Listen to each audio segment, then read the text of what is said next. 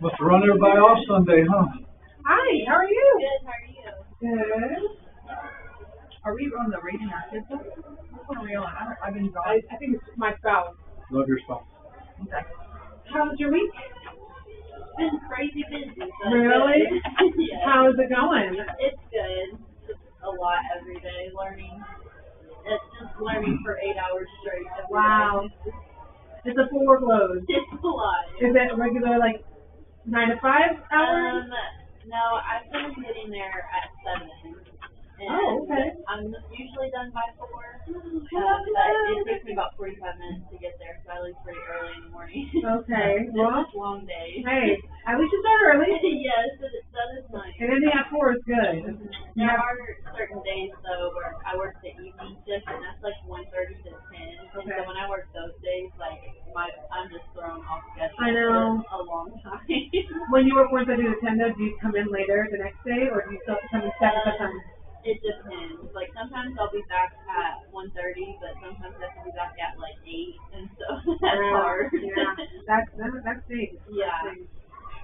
So at least it forces you to go straight to bed when you get Oh home. yes, and I don't feel guilty about it at all. Really? Like I go home, I shower, go straight to bed.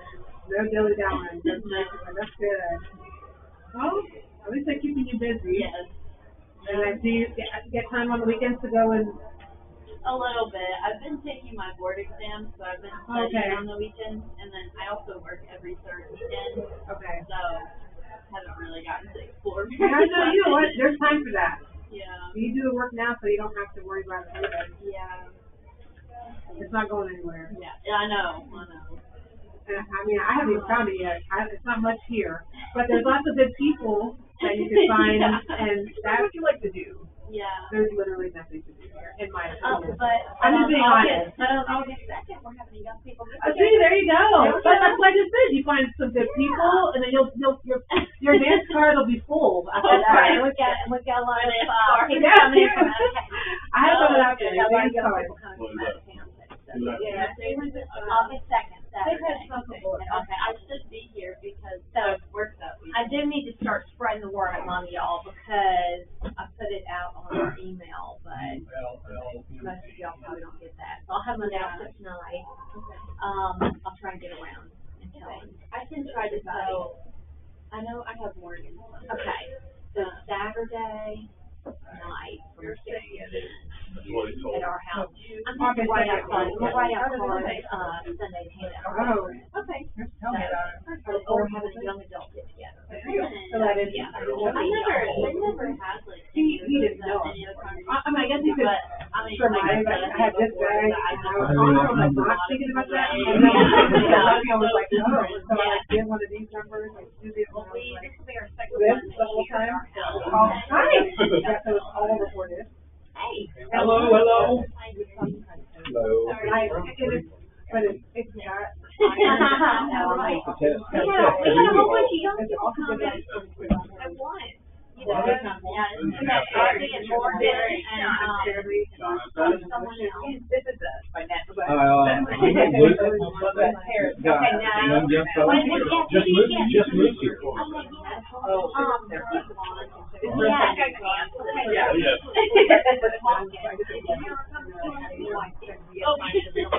Beautiful wife. Smoking coffee. That's right. And then I stepped up and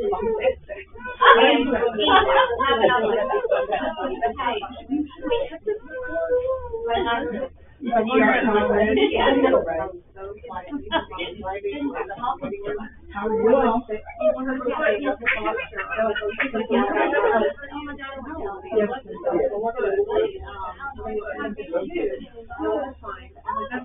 and turns out he has a sister, and they and my daughter was friends. I think it was all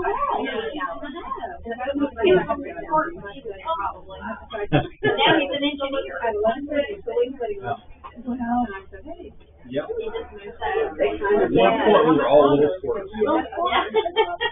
Running around getting in trouble and had an irritable brother. I had 2 older sisters. They could stand with me around. You're like my brother. And now every time I see their friends, they're like, look at my dad. Yeah. Well, it was. Yeah. They send me pictures, like if they happen to run into my sister somewhere, they'll take a picture and send it to me before she does. Your friends, huh? Her You're like, friend. huh? Yeah, with Marshall and the baby. No, we got, Karen got it.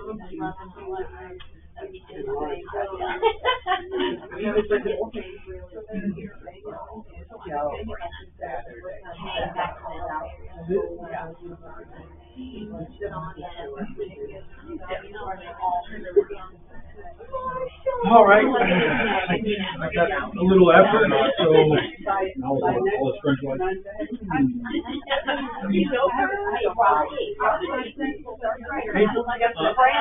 Good evening, sir. Doing good? Pretty well. Hot for you? I've been in the air conditioning.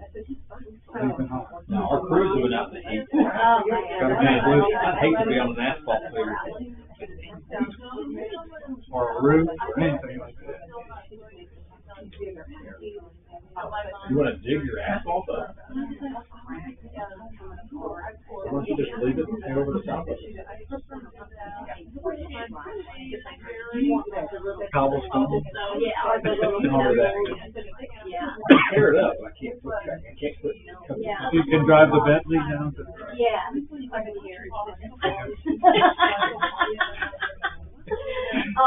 think we're watching the British show and they pull around, on that little pebble,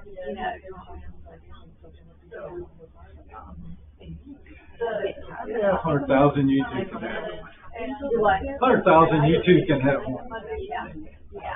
to start. Well, yeah. I have no idea what that would cost. Our driveway is freaking long. It's a pretty good sized driveway.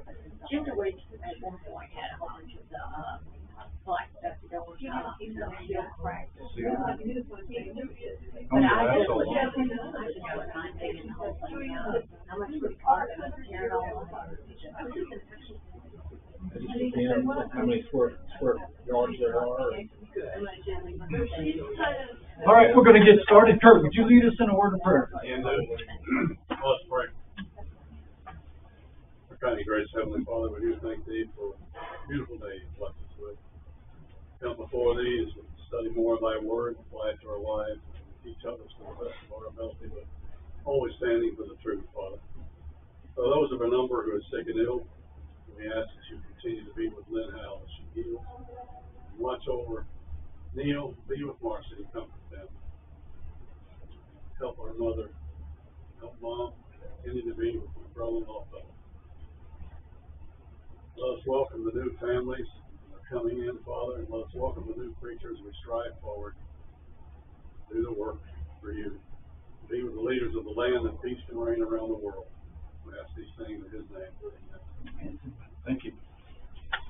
So this class we did Sunday was I Choose to Love My Spouse.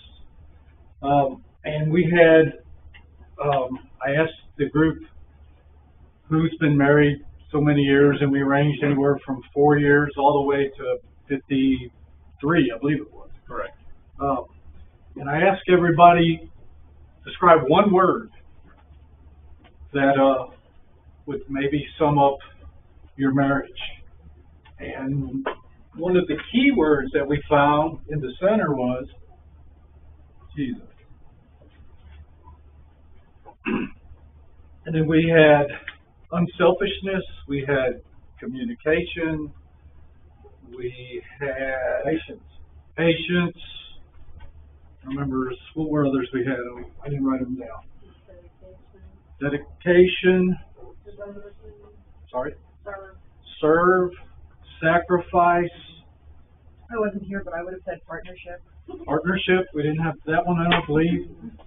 But all these centered around Jesus. If we had Jesus in our marriage, any one of these would fall into the big round group, so to speak. So that was one of the key parts of that. We also covered where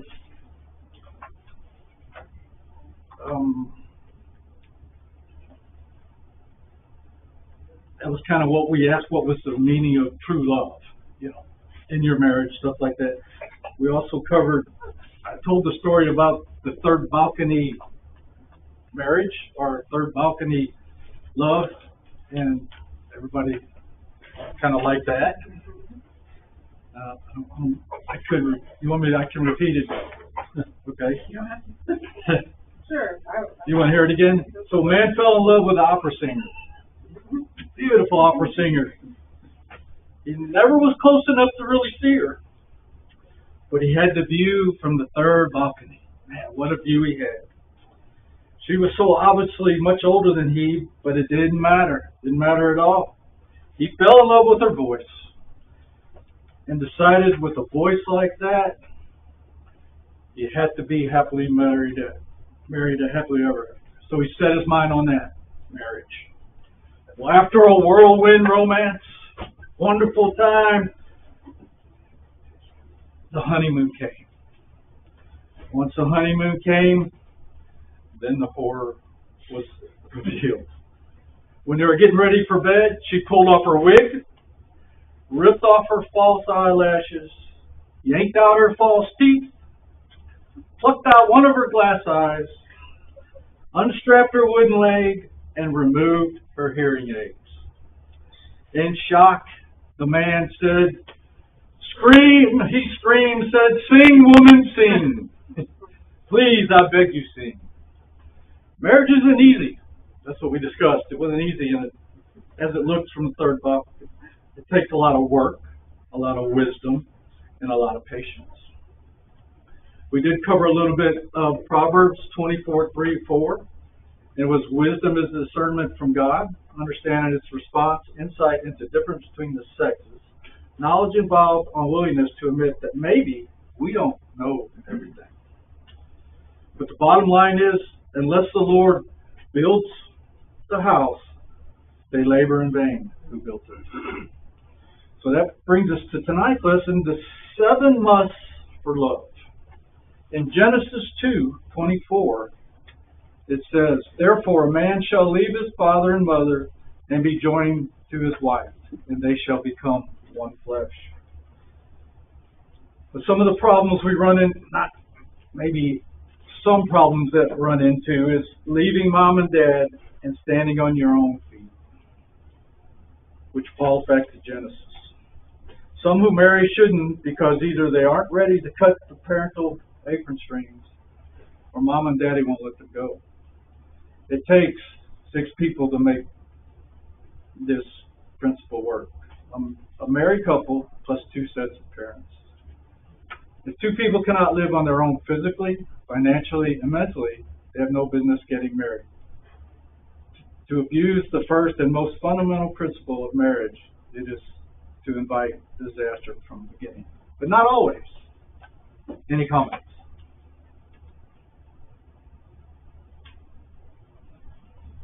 I would agree on 6 people, 2 sets of parents making the marriage work, but some do not necessarily have that. Yeah. Of course, and you may be relying on the other set more than what you had, which was my case in growing up and what have you. It's interesting watching the bird community, especially through a camera lens. Springtime comes, fledglings are out. They're tracking mom and dad all over the place, sitting on a branch on a limb, begging for food. But all of a sudden one day, they'll sit there and squawk their head off, and mom and dad aren't feeding them anymore. It's time for you to get out of the house. And we can learn a lot from that.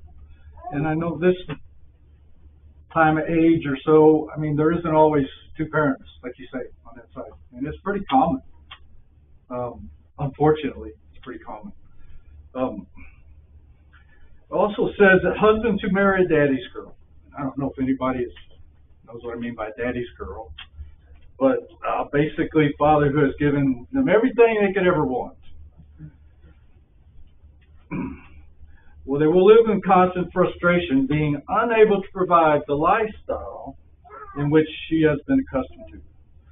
Wives who marry mama's boys also will equally be frustrated in that she will never be free from meddling the mother-in-law.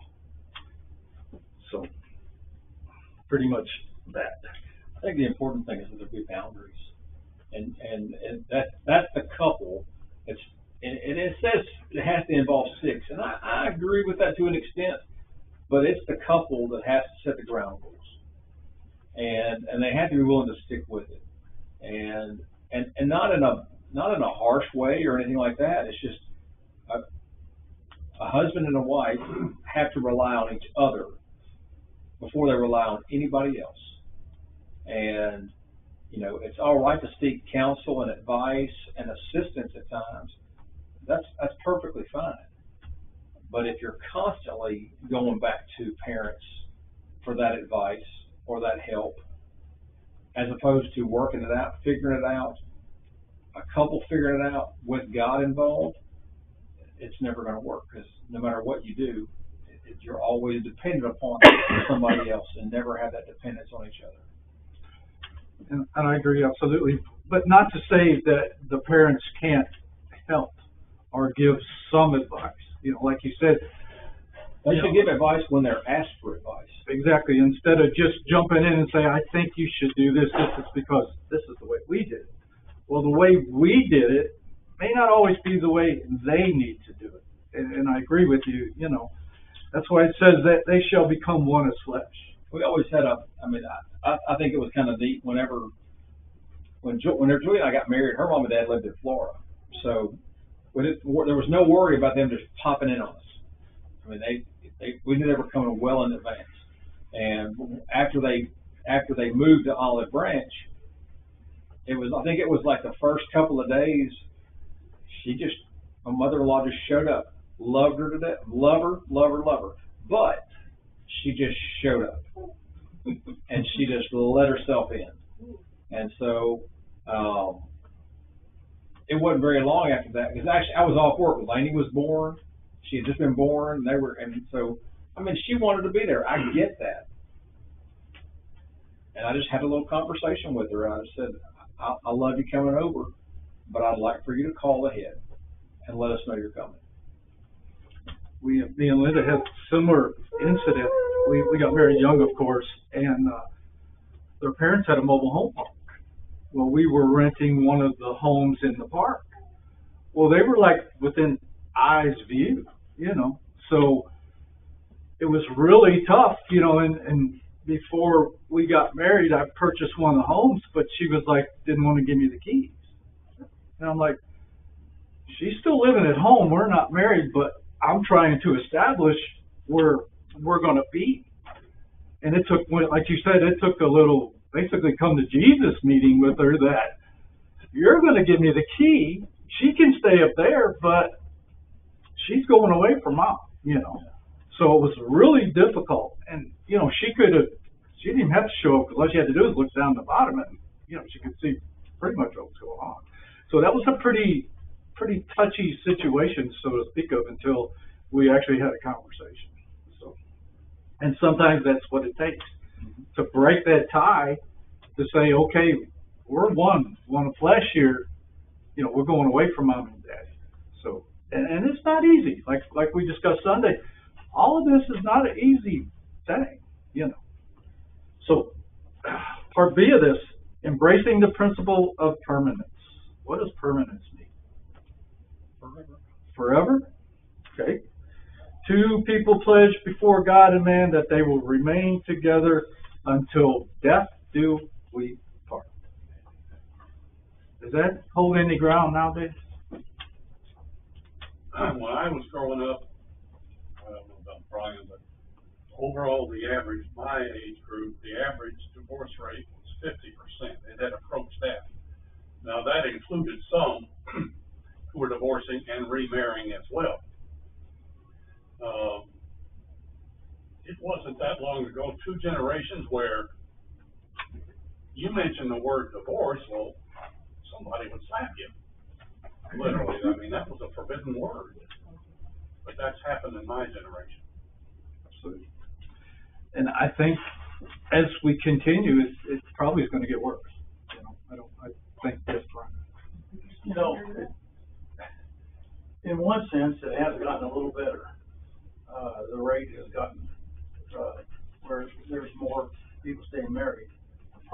point is people aren't getting married. And the ones that we're probably going to divorce anyway. Yeah. Let's be honest, but, so it's skewing the results, but, you know, I've heard preachers make those comments like, you know, divorce rate's 50%. Half the divorces that are going, and wait a minute. Just about everybody I know, just about, and I know a lot of church people, I know that, but even beyond, have not divorced. So there's some marriages that are making it, a lot, and we forget that sometimes. And sometimes that length doesn't really count for much, and it should. It should, but my point being is, it's kind of, I'm not good on using stats here, only because they can be skewed either way, especially now with the predominance of people that, you know, live together. I had a guy that I was working with, in Arkansas when I was nationwide, and I was out of Iowa, and, so we were with each other for a full 8 hours. His name was David. Oh, that's a pretty good name for a Christian. And he mentioned how I asked him how he met his wife. He said, well, we met at college and we dated, and then we got married. And I thought, wait a minute. I said, you remember the Church of Christ? He goes, I am. I said, he said, how'd you know? I said, because you didn't say you lived with her. You know, and so that's getting to be that, unfortunately, that common. But still, there's still one divorce is too many. Oh, yeah. It's terrible. Well, in Matthew 6, and I'll read that, it says, so then there are no longer two, but one flesh. Therefore, what God has joined together, let no man separate. So, I mean, he's saying it's forever. It's no man can separate there once we join together. Commitment in a marriage means that each understands the permanency of this relationship. God's plan is pretty clear. One man, one woman for life. Romans 7.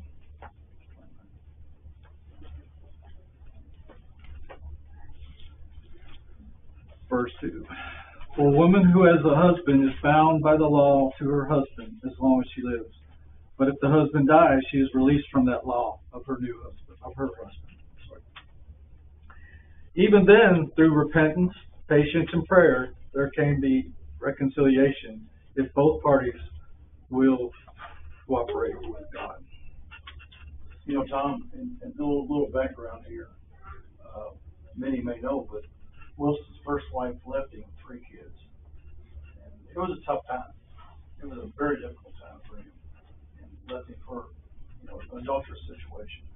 But, and it took him a long time to deal with that, which I understand, especially being, well, whether he was a preacher or not, it's still a difficult thing. So I appreciate how he didn't go into pages and pages of detail on this point here. Yeah.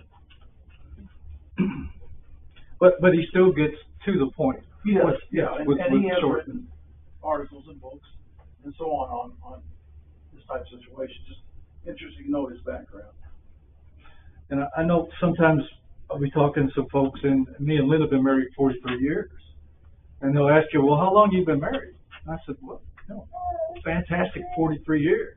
And they look at you like, wow, you know, like you got 3 heads, like, how do you do that, you know? And it was like, it's simple, you know, it's forever. Of course, not to say there hasn't been bumpy roads here and bumpy roads there, like we discussed Sunday, that, you know, it's not just like, you know, you were saying the cut and dried gray and black area. A lot of little things accumulate to make marriages go wrong. And once we have all that establishment and have that bond tied together, not to say it's easy, but it's the way it should be. And I think that's what This is what we need to teach the next generation and pass that on. That it's meant to be that way. Yep. That's the way it is. Not that you take the attitude, well, if I don't like him, I'll get a divorce, I'll get another woman. No. That's not it. That's not it. And Moses had to deal with that if you go back and read Deuteronomy chapter 24. Evidently, they were passing out writs of divorcement like this and that. It was like a common thing. Yeah.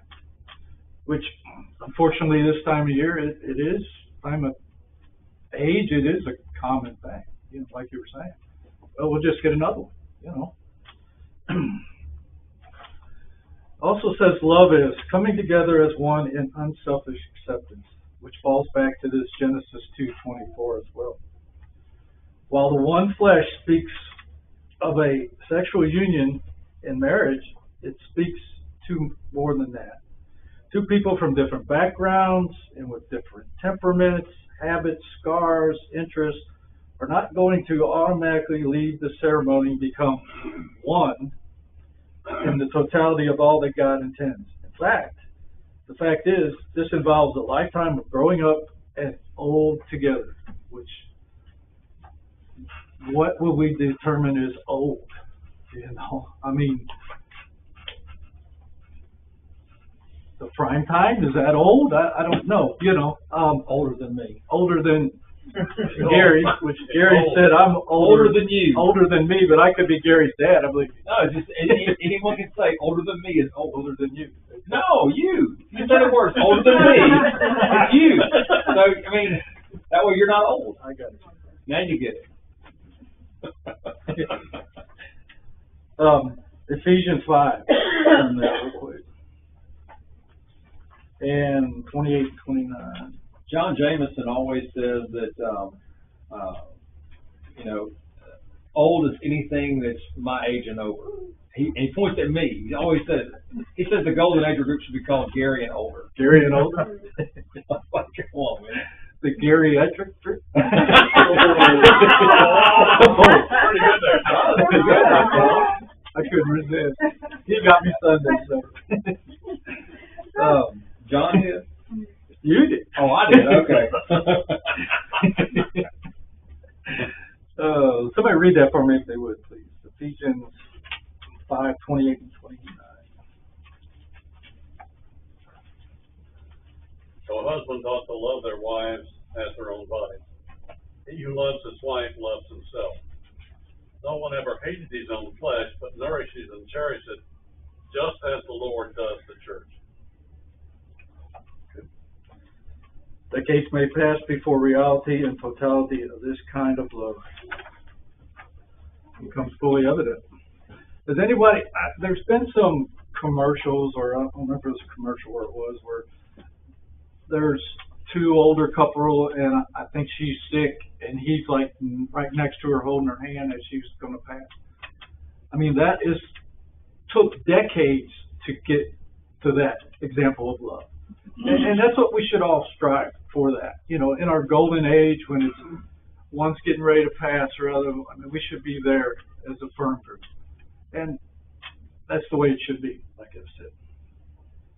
Few things are more beautiful than to see that older couple or sunset years, you know, and that truly means they probably became as one flesh. But it took a long time, and not to say there weren't bumps on the road, not to say it was easy, but that all takes a long time. Okay. Any comments? I think we just keep this in mind, Ephesians 5, where it talks about Christ in the church and, you know, our marriage. You know, God designed marriage to be holy. He designed your marriage to look like Christ in the church. Christ never gave up on us, never gave up on the church. And so each day we're to strive to be more holy. And if the world can't see us as Christians representing in a marriage what Christ did for the church, that's just a shame. But that's what we need to strive for, is that holiness, and realizing that that's what our marriage is. It's designed to reflect Christ and the church's relationship together.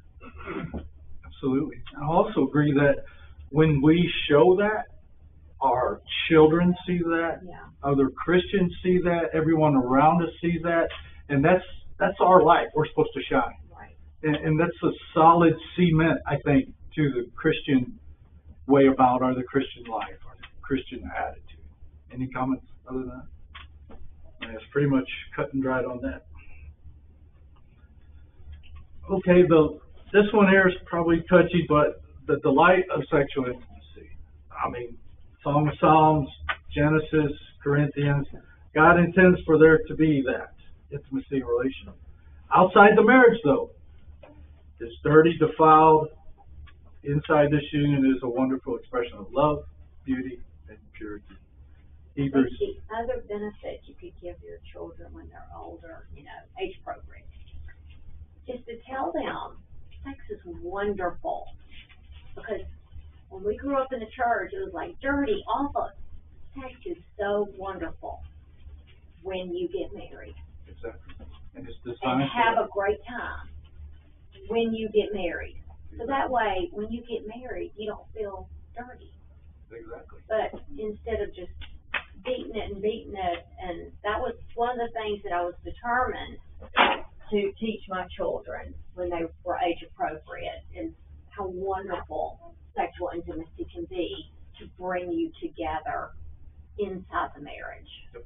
And never shy away from that topic Nope. with your children. It's God's plan, basically. It's God's plan. It's It's in God's there. plan for you to please each other Exactly. inside marriage. Hebrews 13 and verses 4. Marriage is honorable among all, and the bed is undefiled. But fornication and adulterers, God will judge. And it pretty much sums it up. I mean, and it's so common nowadays, I think, that, we, as a couple, we're dating, we got to do this first. It's kind of like, try on a pair of shoes, but it's not designed that way. And I think that's nowadays is what's really lacking. That firm solidness that we need to teach everybody, like you said, hey, this is part of the plan. This is a good thing, but it can go south quick. There's little things you can teach. I always remember Amy Ford saying that her mom and dad would be like, "Now you remember Jesus is in the back seat." Amy always said, she always remembers. That was hilarious. But then you can also remind your children, if they're going on a date or something, they don't belong to you. They do not belong to you. They belong to God. And until you marry them, they do not belong to you. And so we always would tell our boys, they don't belong to you. So that was just one of the things. I'm so stressed. Yep. Misty. You just got to. You got to be open about it. And I agree. And I like that. I think it's hilarious that she told her, Jesus. Every time Amy got in the car, yeah. The Jesus is in the back seat. other side of that is then people get thinking, well, Jesus is in the bedroom too. And you're right. That's why we don't stress enough the pleasure and joy that God has given us and allows through the sexual relations. Because we always focus too much. We seem to swing the pendulum on most things. We just can't sometimes find the middle. Yeah. But, so people think about that too. Oh my goodness, Jesus is here, and you're thinking this is not right. Because that's it's not right when it's not marriage. And that gets to be a difficult line. Even when you struck them properly, it's going to be a difficult line. Definitely. All right. Love is best friend communication. Those married here, just sign of hands, consider your spouse your best friend. I do too. I think if not, how can I talk to you? How can I communicate with you on issues or things that we need to discuss as a parent or as a married couple? If you cannot discuss anything in general with your spouse, I don't see how that can be solid. If one thing would lead to another thing, and then next thing you know, you're not talking, and then it goes south. So I think, and that was one of my comments Sunday was communication. I told the story that I've been a truck driver for 26 years, and there would be times I've been gone 3 weeks at a time. Which takes an incredible spouse to even put up with that, for one. But for two, I always called her. I always kept in communication with her to see what you need, what can I do. If I needed to get back immediately, there would be a way I could get back. And I think that's why we lasted so long in that work frame there, that it was just took dedication, it took communication as well. 1 Peter 3:7. Let's turn there real quick. I think one thing that's important is, as part of that communication, is actually asking each other's opinion. And really listening to the response you get. I'm not always the best at listening. I might say, hey, what do you think? What do you want for dinner? And then she'll give me an idea, and I'm like, nah, let's go to Booyah. Well, that's not really that. Huh? I never do that. No. I'm just, but I think of that one as a funny example, but I think there's just so many times that a second opinion makes all the difference in the world. And it keeps you from making that either a financial mistake or you name it, bouncing it off your partner, your best friend. Am I in the right direction on this? Am I got this right? And then, yes, I see where you're going, and I'm behind that. Or maybe you should slow the roll down a little bit. Let's talk about this. And that's exactly what we need in marriages. We're supposed to be different, but together as one, we work better. And it's always been our way to say, the little things. If she wants to go buy some clothes or something like that, sure.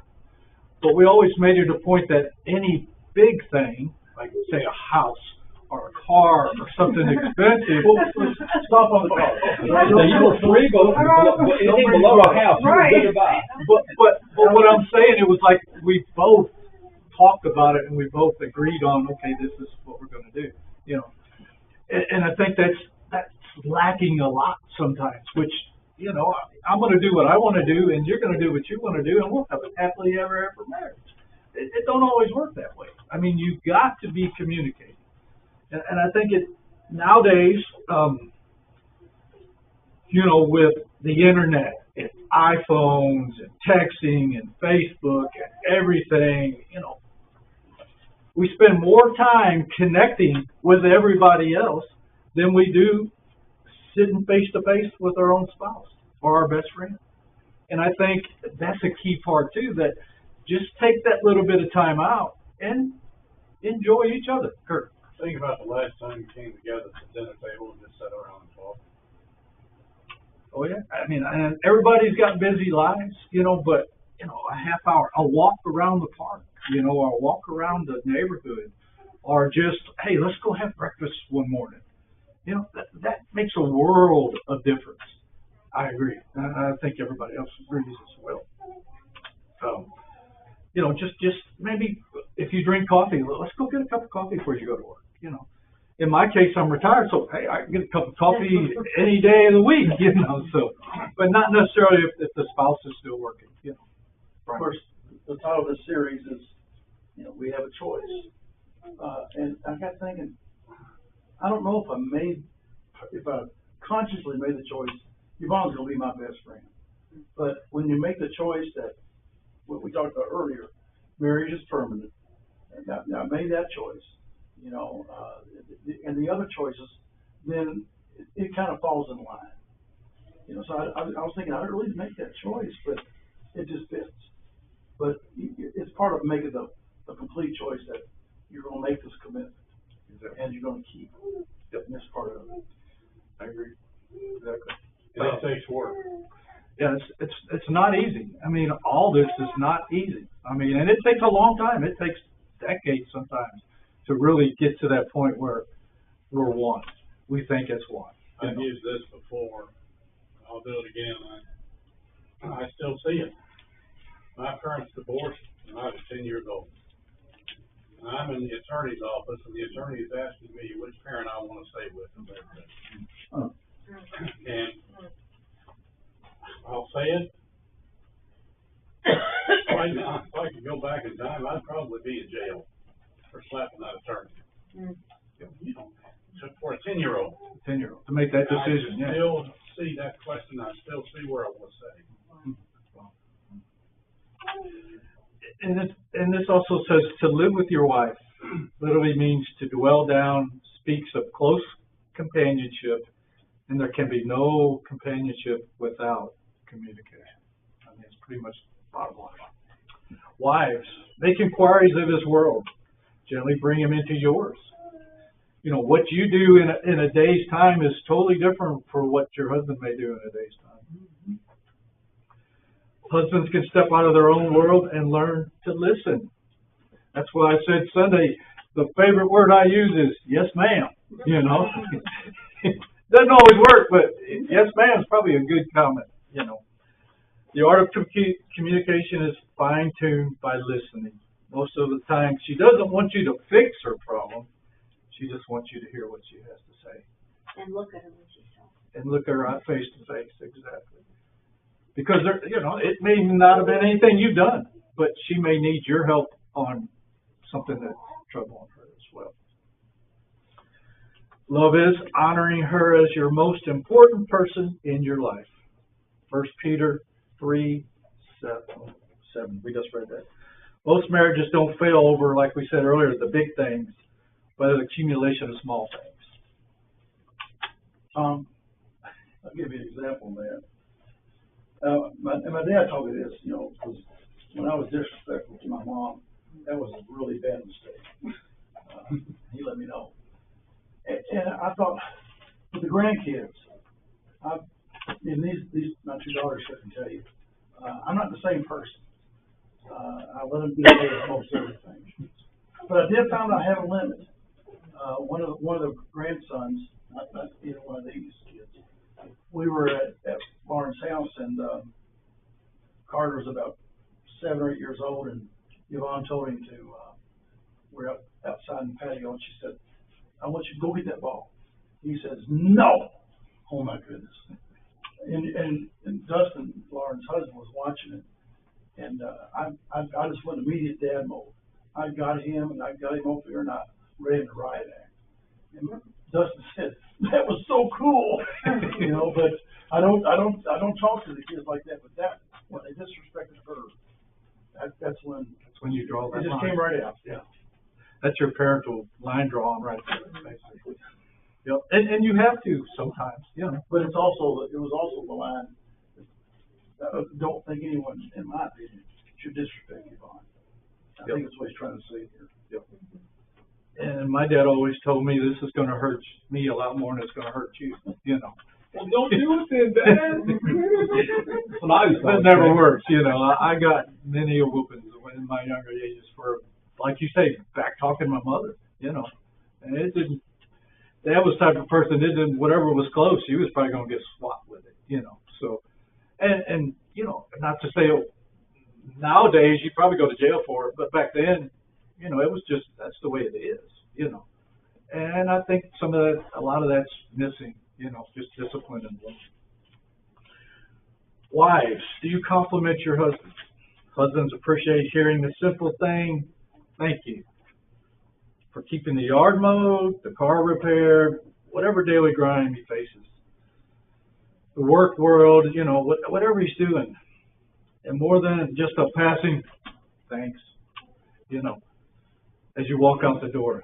Get his attention, tell him how you much appreciate what it means to you. Men, husbands, do you compliment your wife? Show of hand, wives. What makes you feel good when your husband gives you something? Flowers? Flowers make you feel okay? I mean, and it says here. No, I can take time. No flowers? Time. Yep. Okay. Do you help your wife cook? I'd rather you do. Tom, do you do that? I cook. What did you say? I remember he didn't. Oh. He said I'd rather he didn't.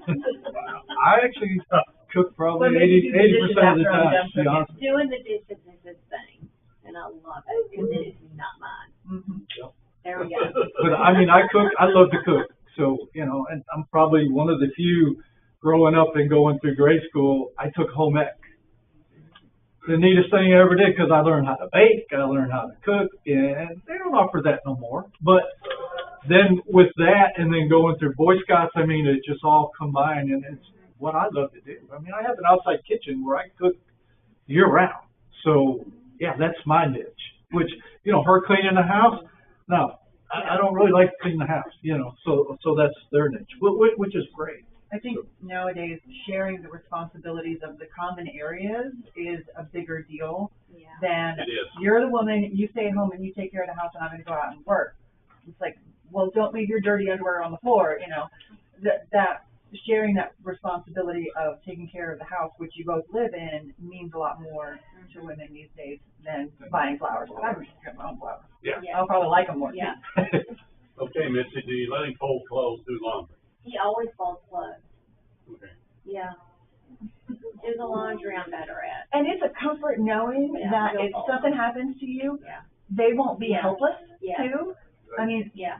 when you're sharing those duties, or like, goodness, I've had 3 surgeries in the last 2 years, and Mike has had to step up and do things because I'm not physically able to do them. And it was so great knowing that he loved me enough to do those things. And I'm going to leave you guys with one thought. Think about how you treated your spouse the past week. Is it that how you want your son and your daughters to be treated by their spouses?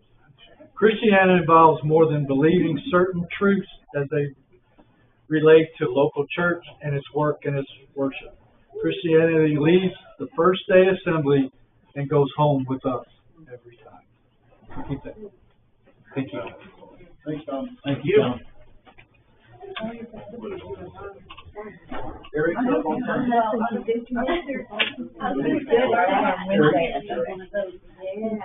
drove to Chicago. My mom, she always had a rule on her, so she never cooked, so other people Yeah. have to. Yeah. And I now learned a lot about you and Kelly. Always enjoyed that. Yeah. Friday. And it's funny, she made friends with a girl that, when Mike and I went to Bronson Point, a year, we were at a couple of Indian way, because their son and daughter were there. And we were like singers, and her name was Elizabeth. Wait a second, are her parents